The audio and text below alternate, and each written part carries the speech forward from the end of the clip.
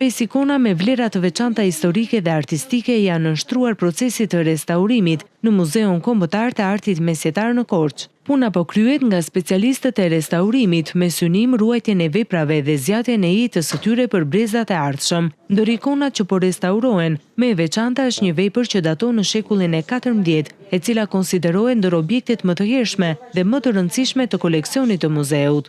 Një ndër të cilat është Shënmëria me Krishtin, që i përket shekullit të 14-15, është në proces dhe studimi gjithashtu dhe është një nga ikonat më të veçanta sepse është e pikturuar nga të dyja anët. Ndërkohë vazhdon procesi i fotografimit, i uploadimit në database dhe gjithë proceset e tjera të konsolidimit. Si vjet ishte një punë kolosale e bërë nga stafi i specialistëve të Muzeut të Artit Mesjetar, të cilët punuan me përkushtim ndaj çeljes së ekspozitës së shumë ikonave që vajtën në ekspozitën në Francë, dhe ndërkohë vazhdon dhe puna për projekte dhe programet e tjera.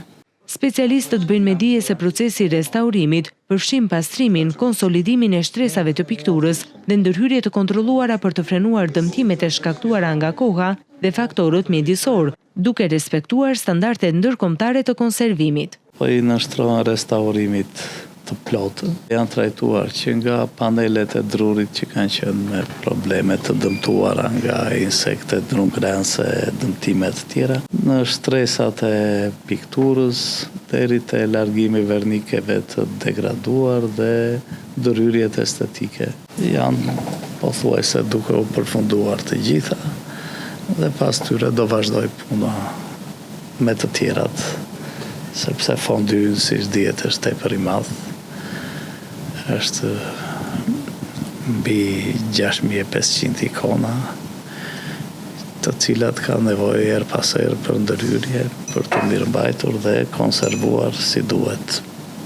Muzeu Kombëtar i Artit Mesjetar vijon punën për ruajtjen dhe restaurimin e trashëgimisë kulturore, duke synuar që ikonat të ekspozohen në gjendjen sa më të mirë të mundshme dhe të vazhdojnë të dëshmojnë vlerat e artit mesjetar shqiptar për vizitorët vendas dhe të huaj.